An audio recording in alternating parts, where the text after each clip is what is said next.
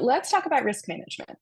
We have all of these conversations, we get our insurance policies, we find out the best business structure, and still bad things can happen, right? So without staying up worrying about it every night, how do you prepare to just deal with it when stuff happens? You have your insurance policy, that's great. Here's a couple things that can help.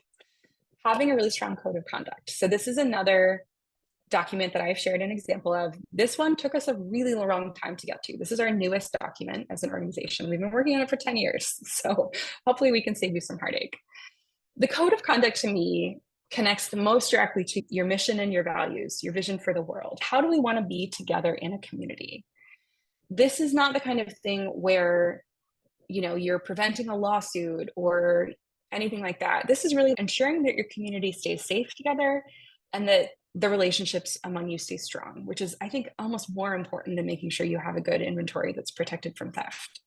Your code of conduct, at minimum, will need to include harassment and discrimination policies. What is not welcome in our space? And then some kind of response and consequences. So if this happens, here's how we as a community will respond. And then your code of conduct also should include roles. Who is the we in this conversation? Who is empowered in your community to make decisions about what kind of behavior is unwelcome and what happens when that happens? Luckily, knock on wood, we haven't really had to use our code of conduct very much, but we have. I think it's having explicit expectations for the people in your community, whether that's for your members. What kind of condition do things need to be in when they come back? And what happens if they're broken or dirty? To your volunteers, how do we treat each other? What happens if someone gets too drunk and makes a bad decision? Thinking about that stuff in advance can be really valuable. And then an emergency response plan. I've also included our version of this, which is from our volunteer handbook. So it's not comprehensive. An emergency response plan really should help someone in an emergency who is not you, who's in charge of everything, figure out what to do and how to do it appropriately. So our emergency response plan goes through, what if there's a fire? What if there's a burglary while someone's at the library? What if you find someone unresponsive and you think they might have overdosed? What if there's just somebody who's exhibiting behavior that's like kind of sketchy or unwelcome? What do you do?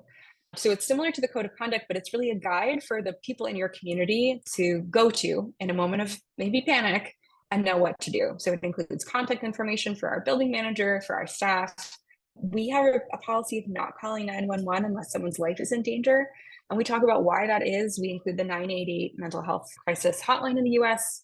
And then if something happens, someone gets injured in the workshop, there's a fight, something like that, how do we document it so that we can learn from it, respond appropriately outside of that immediate moment?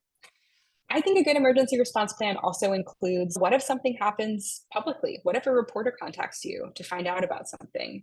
Who is allowed to respond? If the press does come to a volunteer, who do they send the press to? Are they allowed to make a statement? Things like that. It's worth doing just a little bit of disaster forecasting just to think through, if this were to happen, how would we respond? How would we want our volunteers to respond? How would we want our members to feel?